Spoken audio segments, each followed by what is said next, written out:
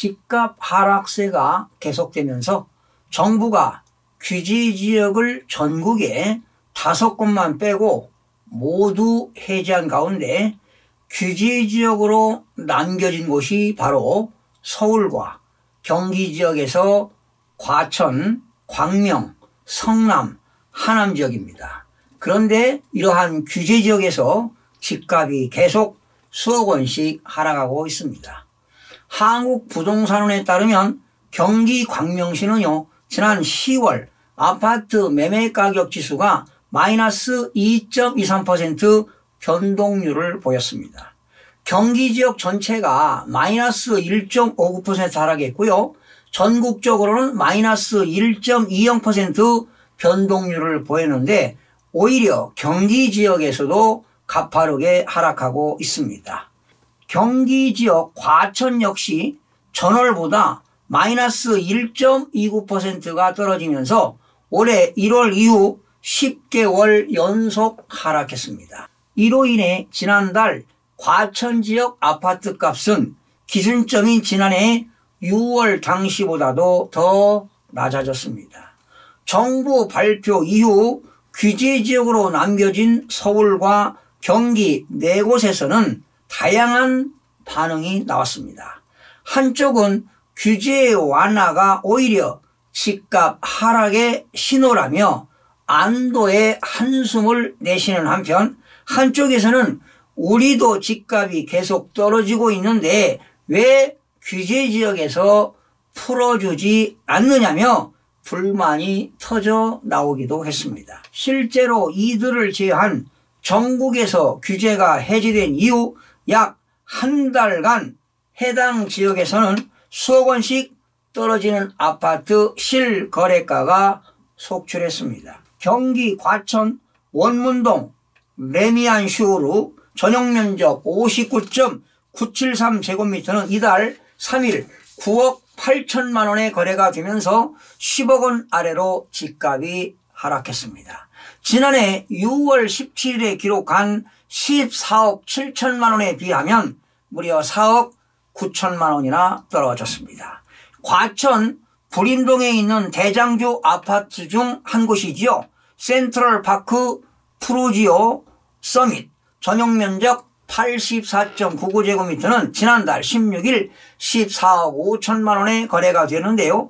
지난해 12월 최고가 21억 5천만 원보다 무려 7억 원이나 하락을 했습니다. 또한 경기 광명에 있는 철산동 철산 레미안자이 전용면적 84.44제곱미터의 경우 지난달 17일 7억 8천만 원에 실거래가 되었는데요. 시장에 상당한 충격을 안겼습니다. 이 단지는 지난해 10월 최고가가 13억 5천만 원보다 6억 원 가까이 하락을 했습니다. 정부의 적극적인 규제 완화에도 이처럼 하락세가 좀처럼 잡히지 않고 있는 가운데 전국적인 집값 하락세는 당분간 계속될 것으로 보입니다. 새 정부가 출범한 지 6개월 남짓한 기간에 주거정책 심의위원회가 3번이나 열린다는 것은 정말 파격적인 조치라고 평가할 수가 있는데요. 서울과 극인접지역을 제외한 경기도, 인천, 세종 등이 모두 규제지역에서 해제가 됐지만 이것만으로는 지역 부동산 거래의 활성화까지 기대하기란 쉽지 않아 보입니다. 이번 규제지역 완화 및 조정이 시장에 미치는 영향은 한정적입니다.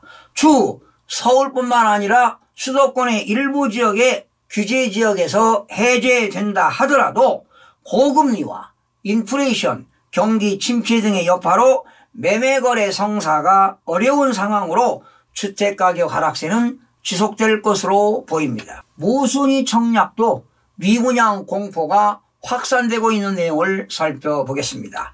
한때 죽기만 하면 돈이 되는 로또로 통하며 나오는 대로 팔리던 모순위 청약이 이제는 물량이 쌓이는 신세로 전락했습니다. 청약 대기자들의 외면으로 여러 번 모순위 청약이 진행되는 사례가 늘면서 올해 모순위 청약으로 나온 단지는 작년 대비 2배 수준까지 늘어난 것으로 나타났습니다. 일부 단지는 모순위 청약으로도 손님을 찾지 못해 분양을 취소하기로 했습니다. 한국부동산은 청약홈에 따르면 올해 게시된 모순위 청약 공고는 총 378개로 집계됐습니다. 지난해 올라온 모순위 청약 공고가 189개였던 곳과 비교하면 1년 만에 딱 2배가 된 것입니다. 올해가 아직 2주 이상 남은 만큼 모순위 청약 공고는 더 늘어날 가능성이 커 보입니다. 과거 분양만 하면 완판됐던 서울도 외외는 아닙니다. 올해 들어 게시된 서울 지역 모순위 청약 공고는 총 52개로 작년 20개와 비교하면 2.5배 이상입니다. 규모가 작은 것과 중소건설사가 시행한 아파트 단지가 대부분이지만 한화, 포레나 미아, 북서울 자이, 폴라리스 등 대형 건설사가 짓는 단지도 없지 않았습니다. 모순위 청약은 청약 통장을 사용하지 않고 거주지와 무주택자라는 요건만 맞으면 신청할 수가 있습니다. 집값 상승계는 대부분 일반 청약 완료 후 부적격 당첨에 의한 계약 취소 물량이 공급 시점에 분양가로 나와 로또로 인식됐습니다. 최근에는 집값 하락을 우려한 청약 당첨자들이 일부러 계약을 포기하는 경우가 많아 모순위 청약 물량이 늘어나고 있습니다. 계약자를 찾지 못해 서울에서도 여러 차례 모순위 청약을 진행한 단지가 여러 곳이 있습니다. 서울 강북구 수유동 칸타빌 수유 팰리스가 대표적인데요.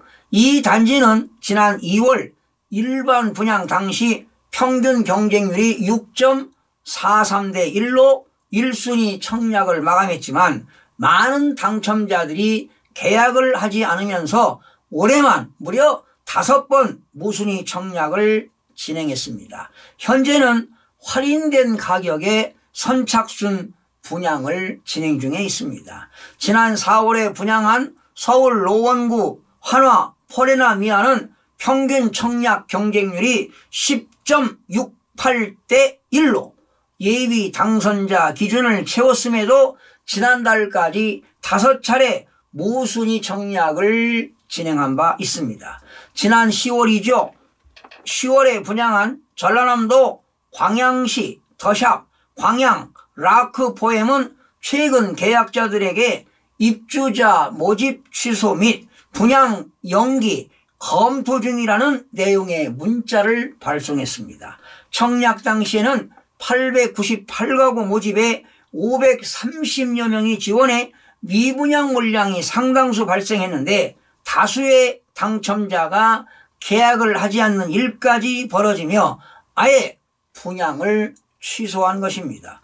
수도권에서도 지난 7월 분양한 인천 미추홀구 도화동 서희 스타힐스 더 도화가 최근 분양을 취소했습니다. 청약 당시 73가구 공급에 249명이 몰렸지만 전체 공급 물량 중 72.2%인 104가구가 미계약 물량으로 남게 됐습니다. 이후 지난 8월 한 차례 모순위 청약을 실시했지만 미분양 물량이 대거 발생했습니다. 시행사와 시공사는 지난달부터 분양계약을 전면 취소하는 방안을 검토한 끝에 최근 분양을 취소하고요.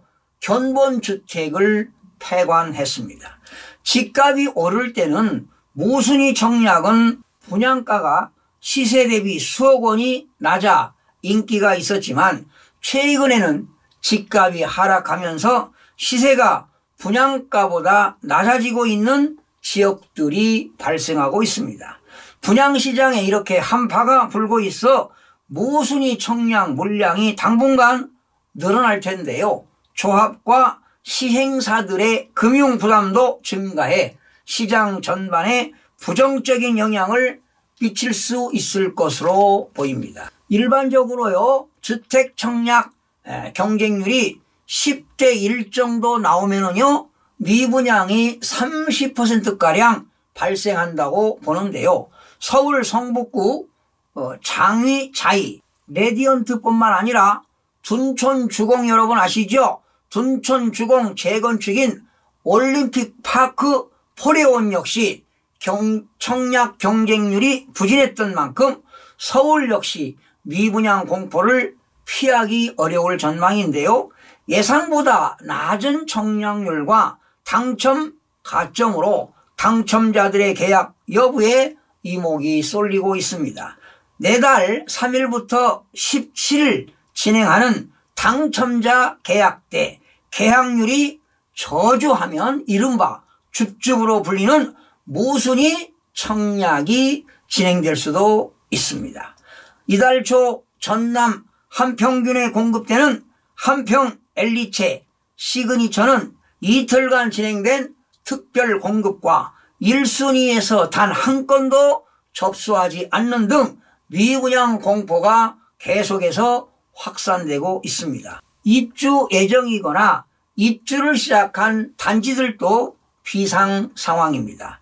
기존 주택이 안 팔리거나 세입자를 구하지 못해 입주를 못하는 아파트 단지가 늘어나고 있습니다.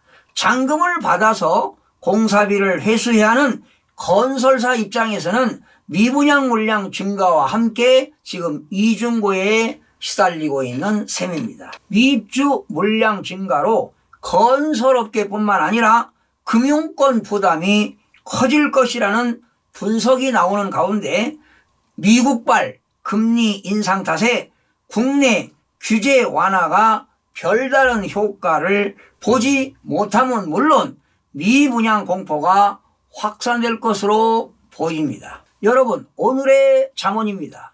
이 세상에서 어떠한 재난을 당할지 모르니 투자할 때는 7이나 8으로 나누어 분산 투자하는 것이 바람직합니다. 시청해 주신 여러분 고맙습니다. 유익한 정보로 다음 시간에 찾아뵙겠습니다.